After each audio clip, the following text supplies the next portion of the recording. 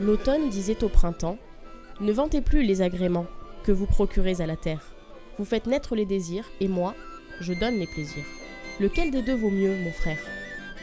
Ma sœur, vous avez bien raison de préférer votre saison. Plus que la mienne, elle est féconde. Mais si je suis plus chère au monde, c'est que les fleurs sont dans mes mains, l'espérance de la nature.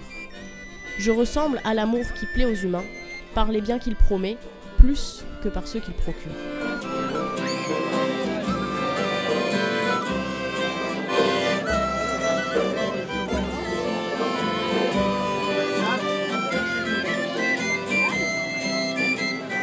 Le marron du marronnier, le marronnier d'Inde qu'on retrouvait dans les cours d'école auparavant, est non comestible. Ce marron est utilisé pour faire essentiellement de la savonnerie.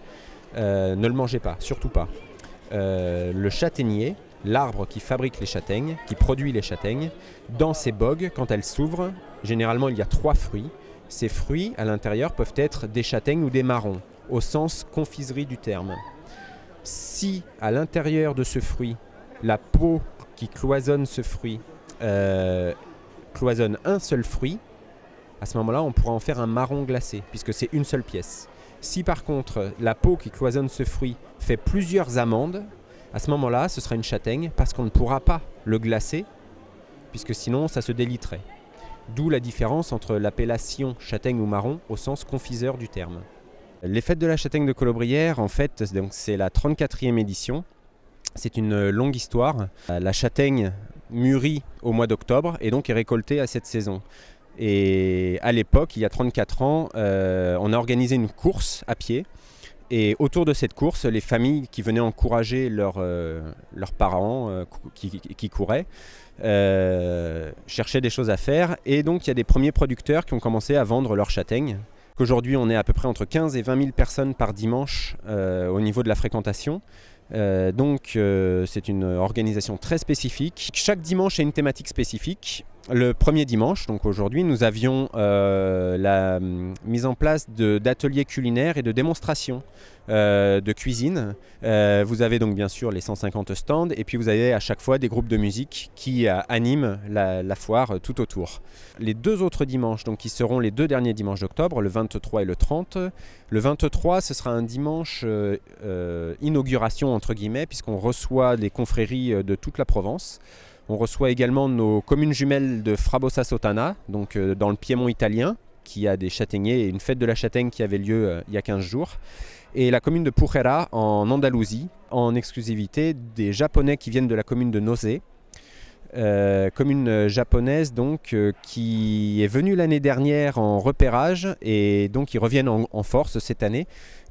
Enfin, nous avons une messe en provençal et tout un défilé de drapeaux, de lanceurs de drapeaux italiens. C'est très spectaculaire, ça vaut vraiment le coup de venir les voir.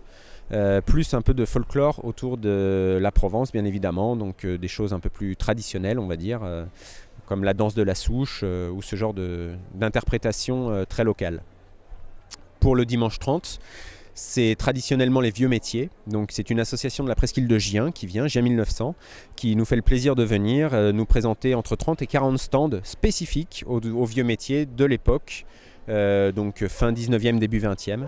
C'est quelque chose de très intéressant, très visuel et on peut bien sûr partager avec eux, c'est très enrichissant.